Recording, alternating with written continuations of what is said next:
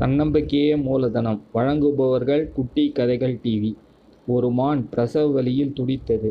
அது குட்டிகளை பிரசவிப்பதற்கு உதவியாக இருந்த ஒரு குகைக்கு சென்றது. தனது குட்டிகளை நல்ல வகையாக பிரசவித்தது. சிறிது காலம் அந்த மானும் தனது குட்டிகளுடன் அந்த குகையிலேயே வசித்து வந்தது. வெகு நாட்களாக வெளியே சென்றிருந்த சிங்கம் அந்த குகைக்கு திரும்பி வந்தது. குட்டிகளை அழைத்து கொண்டு ஓட முடியாது என்பதை உணர்ந்த மான் உடனே தன் குட்டிகளிடம், சிங்கம் குகைக்கு அருகில் வந்ததும் எல்லோரும் சத்தமாக எனக்கு சிங்கம் கறி வேண்டும் என்று கத்துங்கள் என்று சொன்னது.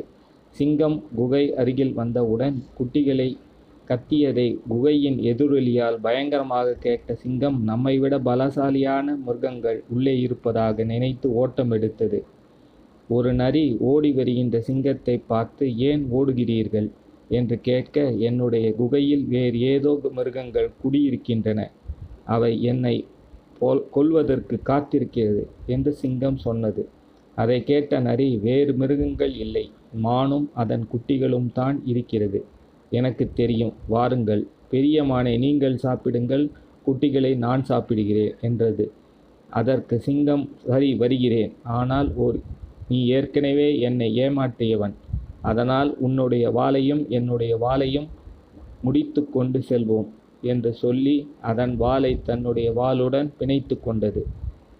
சிங்கத்தை நரி அழைத்து வருவதை பார்த்த மான் அருகில் இரண்டு வந்தவுடன் தன் குட்டிகளிடம் சத்தமாக, கவலைப்படாதீர்கள் பிள்ளைகளே, இன்று நாம் எப்படியும் சிங்கக்கறி சாப்பிடுவோம், அதை எப்படியாவது அழைத்து வந்து விடுவேன் என்று நரி அண்ணன் சொல்லி சென்றுள்ளது. நிச்சயம் நரி அண்ணன் சிங்கத்துடன் வரும் என்று சொன்னவுடன் இதை கேட்ட சிங்கம் தலை தெறிக்க ஓடியது. அதன் வாலோடு தன் வாலை பிணைத்திருந்த நரி அடிபட்டு இறந்தது. இந்த கதையின் மூலம் நாம் தெரிந்து கொள்வது என்னவென்றால், எந்த சூழ்நிலையிலும் தன்னம்பிக்கையும் முயற்சியையும் விட்டுவிடவே கூடாது. தன்னம்பிக்கையே மூலதனம். இந்த கதை உங்களுக்கு பிடித்ததுன்னா லைக் பண்ணுங்கள், நம்ம சேனலை சப்ஸ்கிரைப் பண்ணுங்கள். இந்த கதையின் பாசிட்டிவ் அண்ட் நெகட்டிவ் கமெண்ட் பண்ணுங்கள், உங்கள் நண்பருடன் ஷேர் பண்ணுங்கள். வணக்கம் நண்பர்களே, அடுத்த வீடியோவில் பார்க்கலாம்.